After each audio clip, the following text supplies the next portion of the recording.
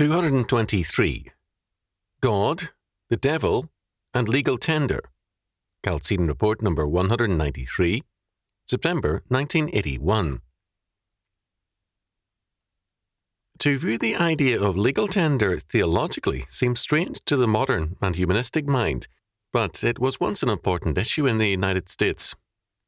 The legal tender doctrine holds that the power to define legal money belongs to the state, and the state can therefore declare what constitutes legal money for the payment of all debts, public and private. The Reverend John Witherspoon attacked the idea very early. It was unnecessary for any state to require people to accept good money. Gold and silver were always acceptable. A legal tender law simply requires people to accept bad money, and it does take civil coercion to make bad money acceptable. The U.S. Constitution, Article 1, Section 10, states that no state can make anything but gold and silver coin a tender in payment of debts. The Federalist, number 44, gives us Madison's opposition to paper money. Patrick Henry opposed paper money, and Daniel Webster argued that a legal tender law is unconstitutional.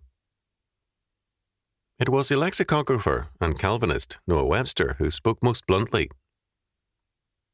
In 1790, Webster called a tender law the devil. He warned, "My countrymen, the devil is among you." Of legislators who favoured legal tender laws, he said that honest men should exclaim, "You're rogues, and the devil is in you." Legal tender laws, he pointed out, were the preliminary to adulterated money, and all those who favoured them were counterfeiters, deserving of the gallows, or at least the whipping post. Legal tender laws allowed good debts to be paid with bad money, so that a debt is paid with only a fraction of the value it was contracted for. The result is a form of legalized theft, Webster held. He declared in part, "Remember that past contracts are sacred things, that legislatures have no right to interfere with them. They have no right to say that a debt shall be paid at a discount, or in any manner which the parties never intended. It is the business of justice to fulfill the intentions of parties in contracts, not to defeat them. To pay bona fide contracts for cash, in paper of little value, or in old horses, would be a dishonest attempt in an individual, but for legislatures to frame laws to support and encourage such detestable villainy is like a judge who should inscribe the arms of a rogue over the seat of justice."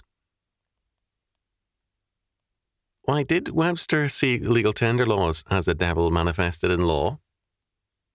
We cannot understand the legal revolution wrought by humanism unless we understand that fact. For Webster and others, gold and silver represented natural and hence a God-given order of things, whereas legal tender creates an arbitrary value which can only stand with coercion. Values are God created, not man or state created. The temptation of Satan in the beginning was to doubt God's order. "Yea, hath God said," Genesis chapter 3, verse 1. Rather, the tempter suggested a new order in which man creates his own laws, values and morality. Every man shall be his own God, determining or knowing good and evil for himself. Genesis chapter 3, verse 5. In such a society, the state, as man incarnate, can set aside God's laws and make its own laws. It can issue a legal tender law and require obedience to it. In God's natural order, there is no need to require the use of gold and silver. They commend themselves and are in demand. The essence of the theocracy as Scripture's law presents it is that the state is at best minimal. A.J. Knox saw the Old Testament design as one for government, not a state. Repeatedly, God declares, "This do and live," Deuteronomy chapter 5, verse 33, etc. God's law is the way of faith and life, whereas, "He that sinneth against me wrongeth his own soul. All they that hate me love death." Proverbs chapter 8, verse 36. Legal tender laws are thus the tip of an iceberg. They represent a man-made world, one in which the state, by total coercion, seeks to overthrow God's order and to replace it with a humanistic one. In this new order of things, the state is the new God walking on earth and demanding totalitarian powers and command. There is a symbolic significance that, not too many years after taking a deliberately statist course with respect to money and banking, the United States, on its dollar bills, featured a new symbol and the Latin words proclaiming the new order of the ages. That order is statist tyranny. Legal tender laws thus cannot be viewed in isolation. Churchmen show no interest in them, although they are a clear manifestation of humanism in economics.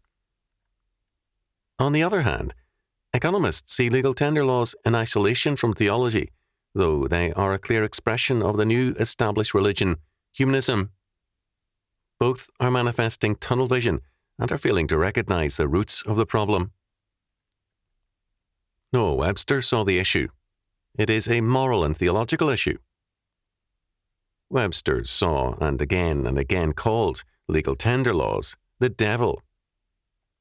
He saw what these laws represented: a deliberate act of villainy, a contempt for God's justice, the legislation of theft into law, and the deliberate conversion of the state into an instrument for theft and evil. He was right.